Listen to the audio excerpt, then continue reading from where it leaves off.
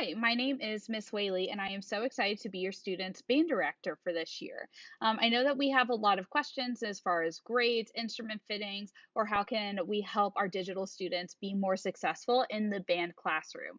It is my hope that this video will help answer any questions you might have. So first, we're going to talk about grades and how is everything broken down in band. So the first category the students have are their bell ringers. So bell ringers make up 10% of their final grade for each 9 weeks. Bell ringers are filled out every day at the beginning of class, and it reviews previous content discussed.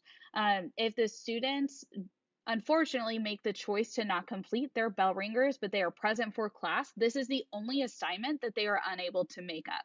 Now, if a student is absent from class that day, they will, of course, be excused from the bell ringer because this is something that they have to fill out at the beginning of that class.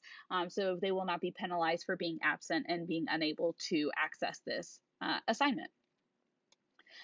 So the names for their bell ringers can be found on their PowerPoint at the start of every day. So this is something that the students see every time that they log into my class. Over on the left-hand side, it has their bell ringer and it tells them the name of it. So their bell ringers are always bell ringer and the date of that day. So this one was for 9/15 because it was September 15th that it was assigned on. And then they have their daily agenda on here. Most of the time, this asks them to go and complete their bell ringer and come back to Zoom with their camera on so we can make sure that we are taking accurate attendance. So how does this look in Canvas? So when the students first log in, they have their dashboard where they can go and access all of their classes. And once they are in their band class, they need to click on modules. And this will take them to where all of their content is located within Canvas. And so when they are in there, they have a bell ringer module that has all of their bell ringers listed. So they just need to look for the one that has the date for today. Now for October, this is going to change. So let's see what this looks like for October. So for October, they will still get to their modules the same way by clicking on modules in their course navigation, which is over here on the left. And then they will see where they have a module labeled October, and this is going to have all of their days in October for my class. And then they're going to have an agenda, which will tell them exactly what they need to complete for that day. So let's take a look at what this looks like within Canvas. So in Canvas, this is what my homepage looks like for the student. So over here, this is what we were talking about with the course navigation. So when they click on modules, it will show them October, and then they will scroll to find the date of that day. And so this one is only for Tuesday, October 6th. Underneath, it will have the agenda for that day, as well as their bell ringer and any assignments that they might have. So let's click on the agenda. For this agenda, it will ask them, did they complete their bell ringer? Come back to Zoom for some instruction time, and then the different assignments that they will have to complete in class that day. If you notice, these are all linked. So if the student wants to just click on bell ringer 10/6, it will take them directly to that assignment. Or if they are in their modules, it is right below. So they can click on bell ringer 10/6 right below and it will take them to the same place. So they have two different ways that they are able to access it. Their bell ringers and their assignments within Canvas. Next, we have our listening logs and our daily grades. These are also 10% of the students' final grades. So listening logs is any video assignment where the students have to watch a video and answer some questions. And then we're going to have some more purely listening assignments where they have to listen to different ensembles so we can really hone in on those critical thinking skills. And then we also have our daily grades. So the students with instruments will get 30 points each day for that week. So this is only applying to concert and symphonic band for right now, and this will apply to beginning band once they have their instruments. So for my concert and symphonic band folks, they get 15 points for participation and 15 points for having their instruments, and that will make up their 30 points for that day. If they do not have their instrument, it is a 0 for that day because it is impossible for the students to participate in their playing assignments when they don't have their instruments. And now that we have instruments, all of their assignments for me will be playing based. If they are absent, it does not take away from their points. So, say for example, they had band twice that week. So they had 60 daily grade or 60 points worth of daily grades for that week, and they were absent for one day. They won't. They're excused from it, but they'll still get the points within the grade book, so we can make sure that they are not being penalized for that day. And if you have any questions or clarifications on that, please send me an email, and I will be more than happy to talk you through it. And if the instrument is in the shop, of course, we don't want to penalize you for that because we know some instruments get broken sometimes. All I need is a parent email to be sent to me so we can make sure that you are excused from it. It does have to be from a parent and not from a student in order to verify that the student is accurate in saying that their instrument is in the shop.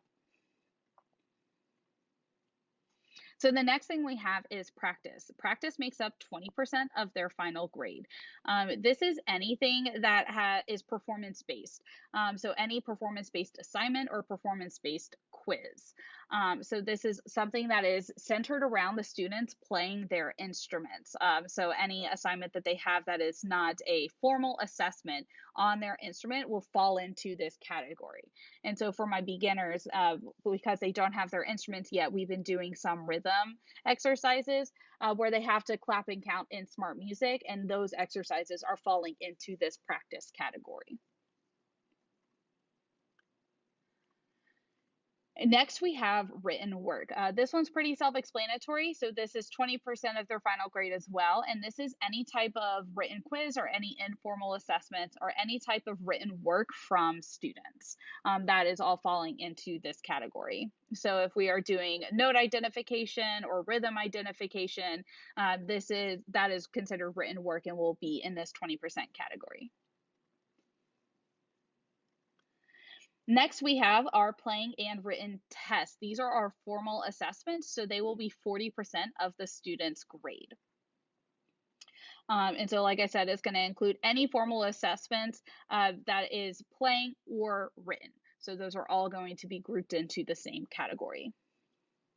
So let's talk about ways to help your student find success at home in this synchronous, asynchronous, hybrid digital academy age.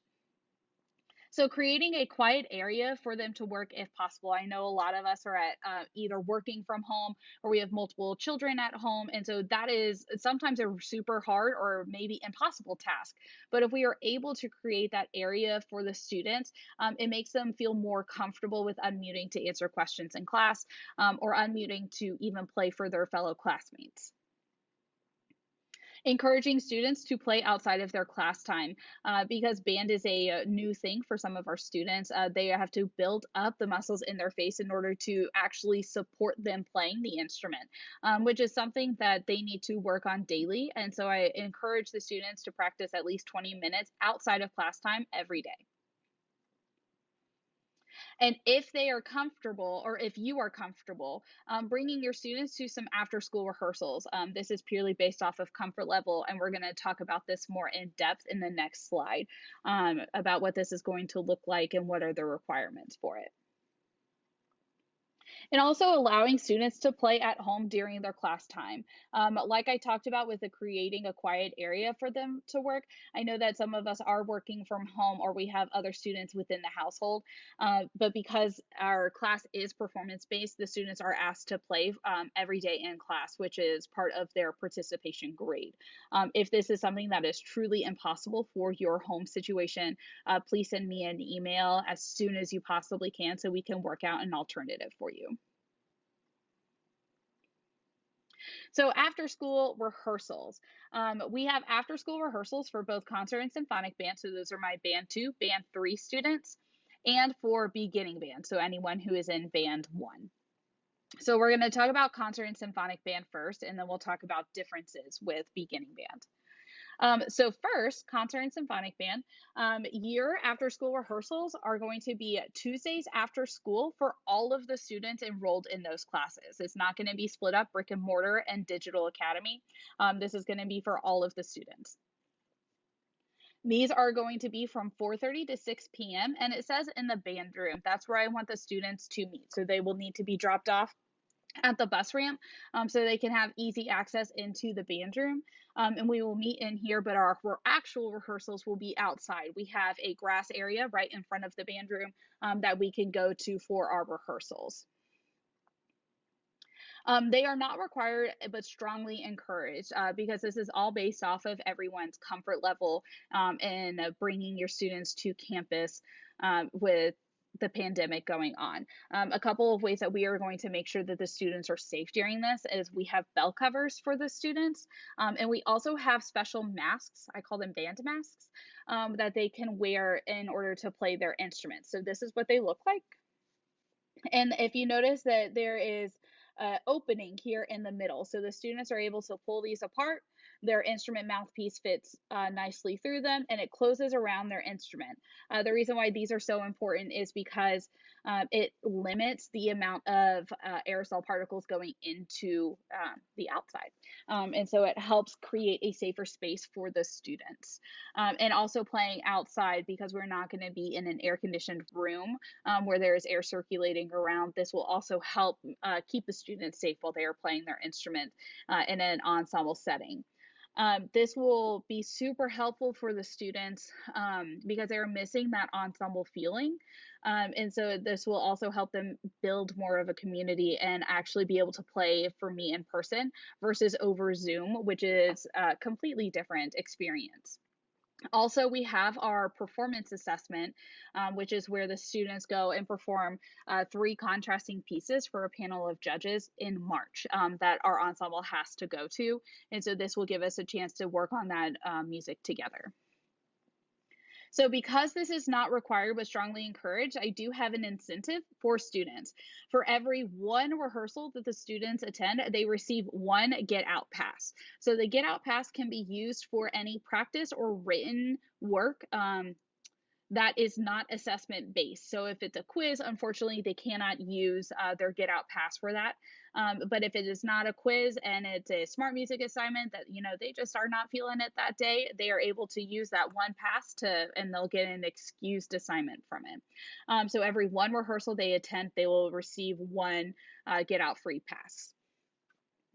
So let's talk about the differences between rehearsals from concert and symphonic band to beginning band. For one, beginning band rehearsals are going to be on Thursdays after school, and they are only for our digital academy students. The reason for this is I see my brick and mortar students every day in class to help them with their instruments, so they are receiving that one-on-one in-person instruction from me. So this is a way to also offer that same type of in-person instruction in an in-person instruction in a outside of school structured setting. So also it will be from 4:30 to 6 p.m. in the band room. Once again, that is meeting in the band room, but we have that grass area that we will take the students outside to. The students are able to also access my band room from the bus ramp off of Miccosukee. And it's also not required but strongly encouraged. This is just going to help the students feel more comfortable on their instruments, and it'll help me fix any issues that they might inevitably be having starting off in a virtual setting. And they also receive the same extra incentive. So it is the same way as long as it's not a quiz or any type of informal assessment. The students are able to exchange 1 get out free pass for every 1 rehearsal that they have attended. So let's talk about instrument fittings for my beginners. So a sign-up list was posted this morning at 9 a.m. For students on Canvas. So when the students log in and they select my class, at the very top of my class homepage is going to have an announcement that says instrument fittings. They just have to click that link and click that announcement, and there's a link for parents to fill out what day and time you were able to bring your student up to Cobb so we can test them on instruments. It will serve as like a drive-through testing in the bus ramp off of Miccosukee. So we only have 4 instruments for the students to test on. and that is the flute, clarinet, trumpet, and trombone. I know that there are more instruments in band, but starting the students off on these 4 instruments will give me an opportunity to really focus on these 4 to make sure the students have the best fundamental start to band they possibly can have. And they are able to switch to different instruments in January, which will be a conversation that we will start having as we get closer to there. And we'll talk about what instruments fit into, or what instruments translate well into other ones in the next slide, so the students can have an understanding or an idea of where they will need to start to get to where they want to be. And yes, students must attend an instrument fitting. The importance of this is so we can make sure that the students are starting on an instrument best suited for them. A lot of times students join band and they have an idea of, I really want to play flute, and then we get a flute in their hands and they are unable to make a sound on that instrument. And so instead of putting the student on an instrument that they're unable to make a sound on, and an instrument that they are just frustrated as all get out whenever they have to come to my class, we can find an instrument that is better suited for them so they can feel more success in the classroom.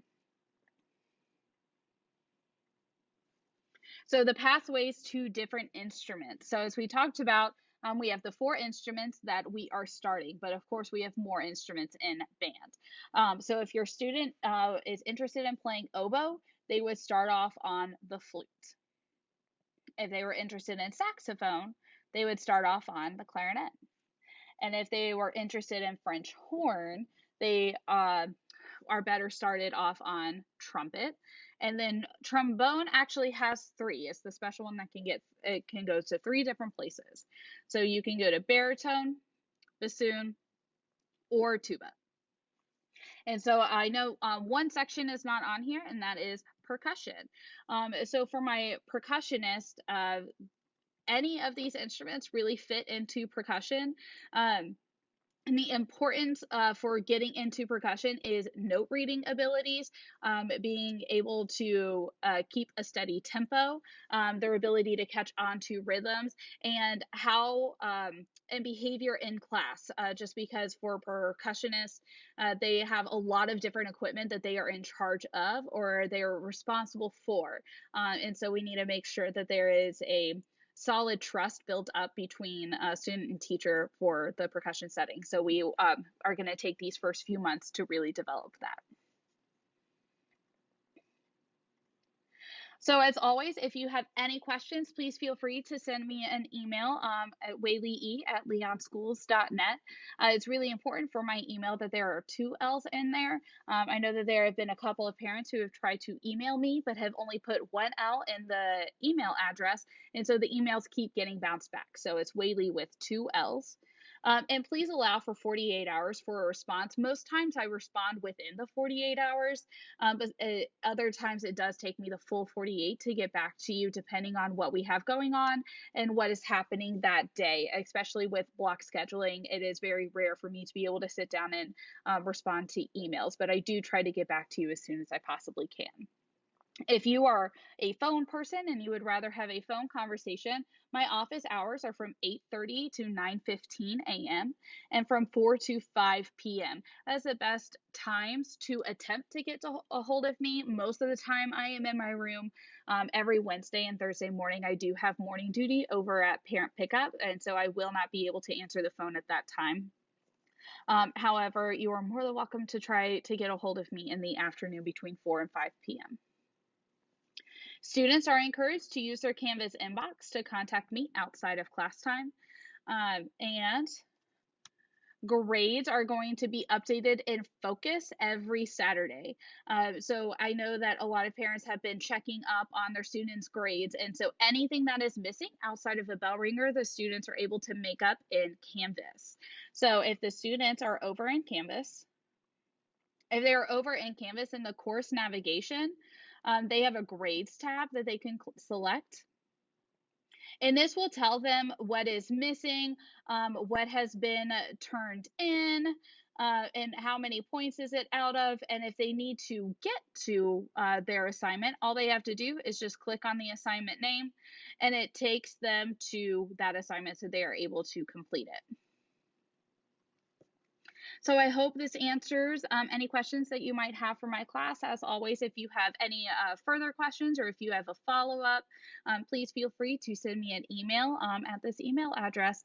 And I am so excited to be teaching your students. Have a great day.